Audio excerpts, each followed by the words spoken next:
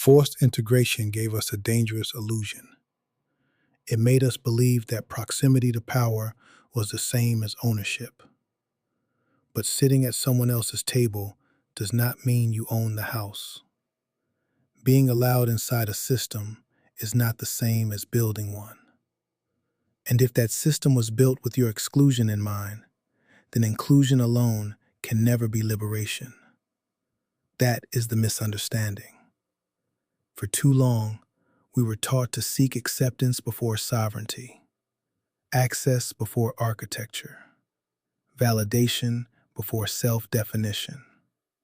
We fought to be included in institutions that were never designed for our permanence, only our participation.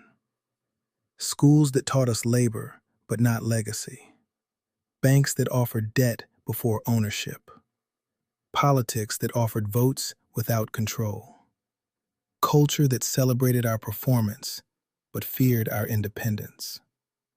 And then we were told this was progress. But progress without power is decoration. So we must ask the real question. Where does the foundation begin? Not with their permission.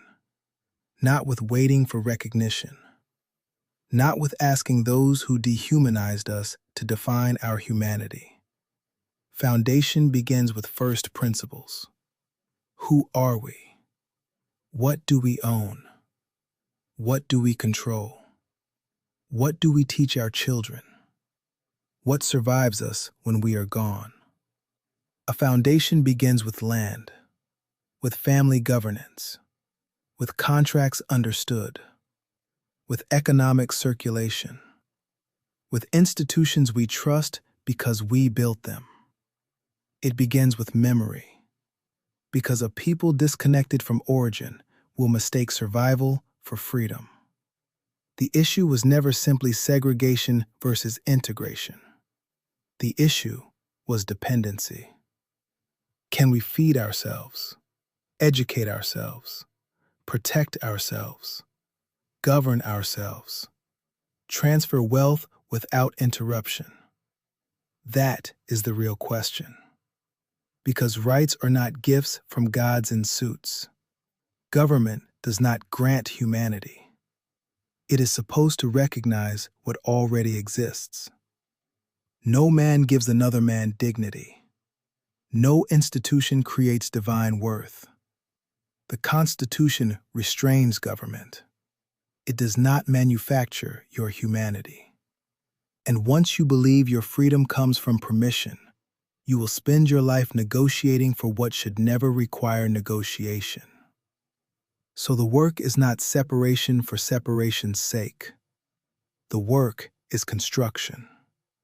Build schools, build councils, build family systems, build protected assets, build businesses, build narrative control, build disciplined men, build protected women, build children who inherit structure, not just struggle. This is the Mott principle.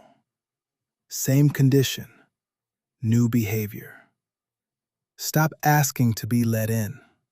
Start building what cannot be denied. Because legacy is not inherited, it is architected.